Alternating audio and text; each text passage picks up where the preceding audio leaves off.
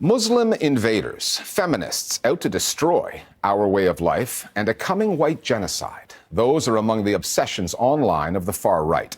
They've been weaponized and monetized by some skillful provocateurs on the web's primary video platform, YouTube, through which they have entered the homes and the minds of millions.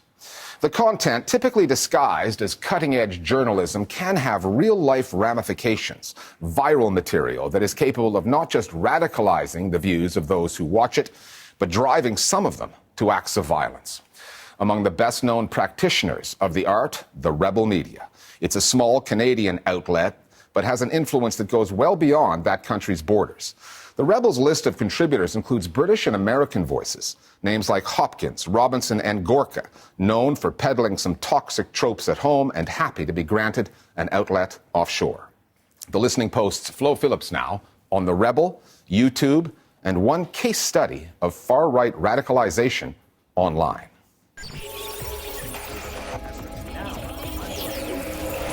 Inside the DC Beltway, bringing you the stories that the mainstream media just won't cover. The mainstream media doesn't have the kahunas to actually ask her these questions. You dropped the ball. You stopped covering stories that actually matter to Joe Sixpack at home.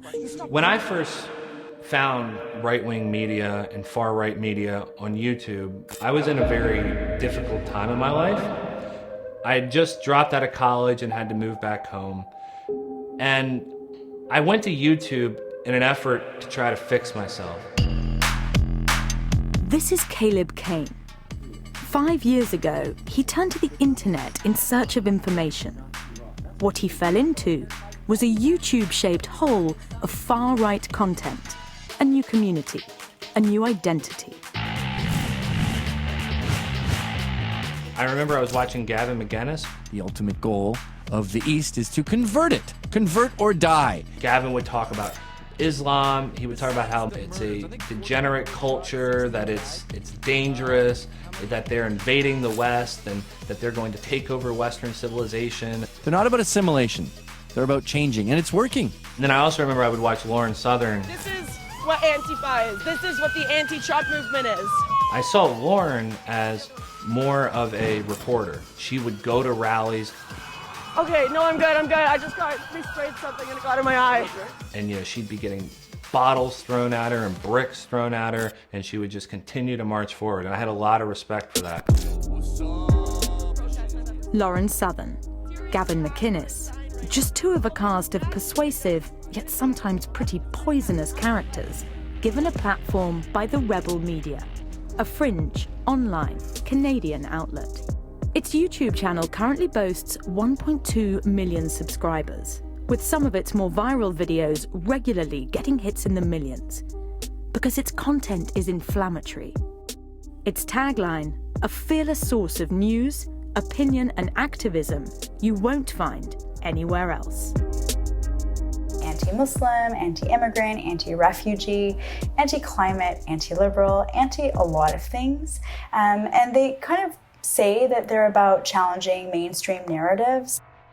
Unlike a real news organization, they don't look for balance, but they simply try to create narratives that anger, that really get people riled up. We put this description of the Rebels' content to the founder of the outlet, Ezra Levant. He wrote back, twice. Both times, he dismissed the description, saying it was a matter of opinion, not fact, and that, quote, "I'll be honest, I don't care what Al Jazeera's opinions of me are." We made it clear in follow-up emails that it was not Al Jazeera's opinion we were requesting his comment on. Levant is a conservative Canadian broadcaster and former political operative. Following the closure of his previous employer, Sun News Network, Canada's failed attempt at Fox News, he started the Rebel. Welcome to the Ezra Levant Show. I'm Ezra Levant. It had no parameters on what could be said, and didn't require a high-tech studio, just a green screen and a camera. Michael COREN worked with Levant in the Sun News days. He got the call up to join the Rebel back in 2015. I found the way he presented his politics to be disturbing, and that certainly wasn't my approach. But then when Sun News closed down, he called me, telephoned me, and asked if I would work for it. And I'd had this sort of change of view some time earlier, about 6 months earlier, and had been writing things. And I remember saying to him, Ezra, I'm not on brand. I wouldn't be right for you. And he said, no, we want all sorts of opinion on it. And I said, okay. And I worked for them. This could be a record. I worked for them for 1 day. Others lasted a little longer. In its short history, the Rebel has employed the who's who of the far right, launching the careers of homegrown Canadian personalities like Southern and Faith Goldy, and offering a platform for more established far-right agitators like US-based McGuinness and former Trump operative Sebastian Gorka, or the UK's Katie Hopkins and Tommy Robinson. Look, these are the girls that are defending the Muslim rape gangs. Tommy Robinson, who is a commentator who was once the founder of the English Defence League, has reported on, Muslim gang rape and uses that type of terminology. Why one narrative was altogether deleted and replaced by another. Right after the Quebec mosque massacre here in Canada, there's content attributed to Rebel with Faith Goldy talking about there was a conspiracy, the government was hiding the fact that it was a Muslim shooter who did this, and really trying to sort of create a whole other alternate universe of information. All right, here you go. Faith Goldy proved to be too radical even for the Rebel. Her coverage of a white supremacist rally in Charlottesville, America, and her follow-up interview with a neo-Nazi website, The Daily Stormer, got her fired, setting off a domino effect. One co-founder quit, and a host of contributors backed away. So it was kind of a nightmare for them, and it looked like they were falling apart because they had lost, in a very short order, all of their highest profile personalities. It became something that no respectable politician would want to have anything to do with.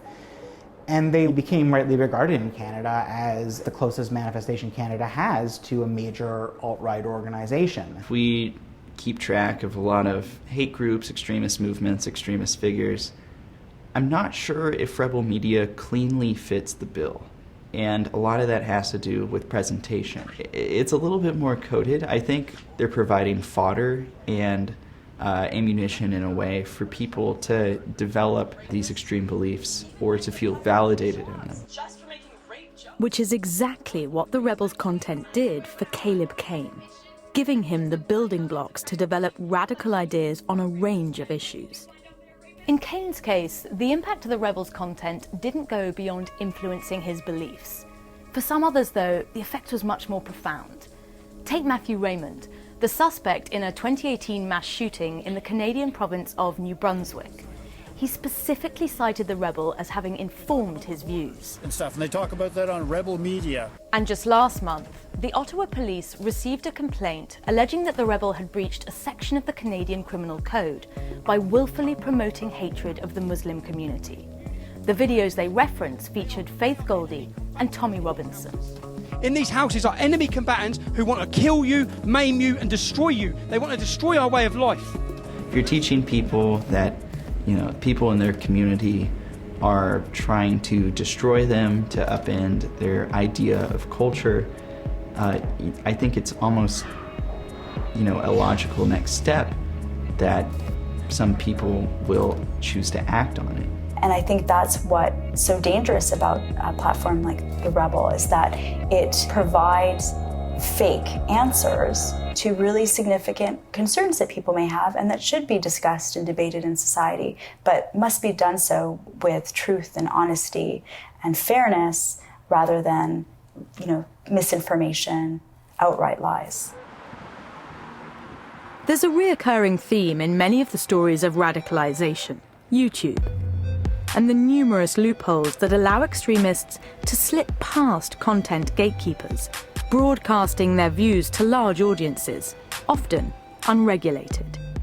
We have to be very careful here because we don't want to come down hard on free speech. And I know social media administrators and owners, they're constantly being criticized, but YouTube is very liberating. And it has enabled and empowered people to speak their mind. But think about that. You enable and empower people to speak their mind. Well, the mind could be a good and fine one, and informed. It could be base, bad, and malicious. YouTube, as far as I'm concerned, is perhaps even more than Facebook, the most powerful force for radicalization misinformation propaganda that the world has ever seen. For CAIN, YouTube was part of both his downfall and his rehabilitation. While far-right content creators have an uncomfortably large presence on the platform, there are also many conspiracy-busting, hate speech blasting YouTubers. After finding other content creators online that exposed a lot of these ideas for what they were, I really started to recontextualize a lot of my beliefs. They would explain to me how a lot of the beliefs that I had were just repackaged conspiracy theories from the past. And that was very shocking for me, and what I would call my process of de-radicalization began.